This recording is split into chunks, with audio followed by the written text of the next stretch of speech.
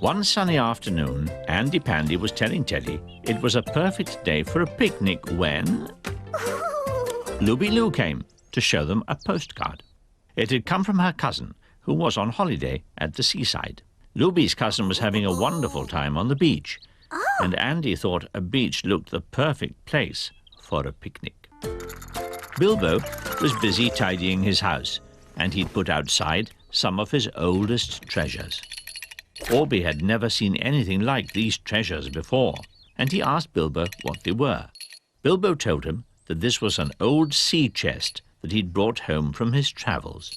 Orby wanted to know what was inside the old sea chest, but Bilbo couldn't remember, and he couldn't open the heavy lid to look inside. Orby promised to bring some friends to help Bilbo to open his old sea chest. Looby's cousin had told her of the fun she'd had on the beach, with buckets and spades and hampers and picnics. Andy had a bucket and spade in his special cupboard.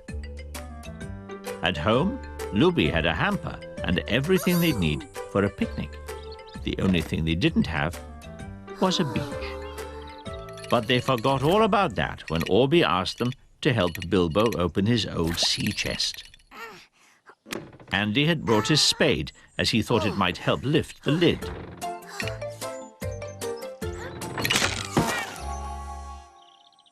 Everyone wanted to see what was inside the chest.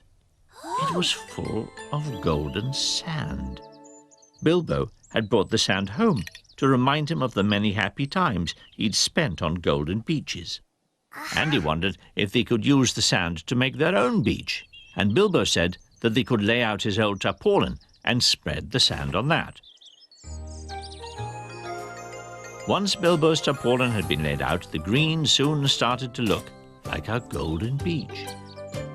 Looby brought everything she could think of to make their beach look like the beach on her cousin's postcard. As soon as it was ready, Andy and his friends tried out their brand new beach. Andy wondered what they should do next. Looby's cousin had told her how she'd built sandcastles with her bucket and spade. So that's what they did next. Everyone was delighted with their sandcastle, and Looby had even brought some flags to go on top. Now it was time for their picnic.